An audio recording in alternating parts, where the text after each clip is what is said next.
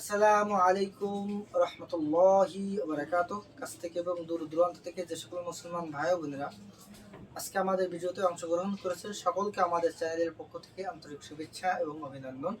প্রিয় মুসলমান ভাই ও বোনেরা, আমরা অনেকেই হয়তো জানি না উজু কয় প্রকার এবং কি কি। উজুর প্রকারটি জানাও আমাদের জন্য অত্যন্ত জরুরি। উজুর মোট 3 প্রকার।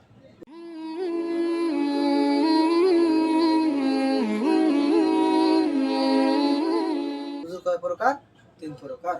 আমরা এই 3 প্রকার উযু কি কি সে সম্পর্কে জানবো এবং উযু সম্পর্কে আমাদের ধারণা নিব এবং আমরা যখন এই উযুগুলো করব তখন আমরা জানবো যে আমরা কোন উযুগুলো আদায় করতেছি।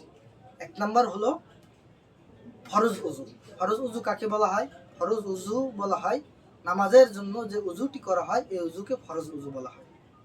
2 নাম্বার হলো ওয়াজিব উযু। ওয়াজিব উযু কাকে বলা হয়? যখন আমরা আল্লাহর ঘর বাইতুল্লাহ তওয়াফ করতে যাই তখন যে উযুটি করা হয় ওই উযুকে বলা হয় ওয়াজিব উযু। 3 নাম্বার হলো মুস্তাহাব উযু। মুস্তাহাব উযু কাকে বলা হয়? নিজের শরীর সর্বদা পাক পবিত্র রাখার জন্য যে উযু করা হয় ওই উযুকে মুস্তাহাব উযু বলা হয়। তাহলে আমরা এই ভিডিওর মাধ্যমে কি শিখতে পারলাম? উযু মোট 3 প্রকার। 1 নাম্বার হলো ফরজ উযু, 2 নাম্বার হলো ওয়াজিব উযু, 3 নাম্বার হলো মুস্তাহাব উযু। ফরজ উযু কখন করতে হয়, ওয়াজিব উযু কখন করতে হয় এবং সুন্নাত মুস্তাহাব উযু কখন করতে হয় এ সম্পর্কে তো আমরা আলোচনা করলামই।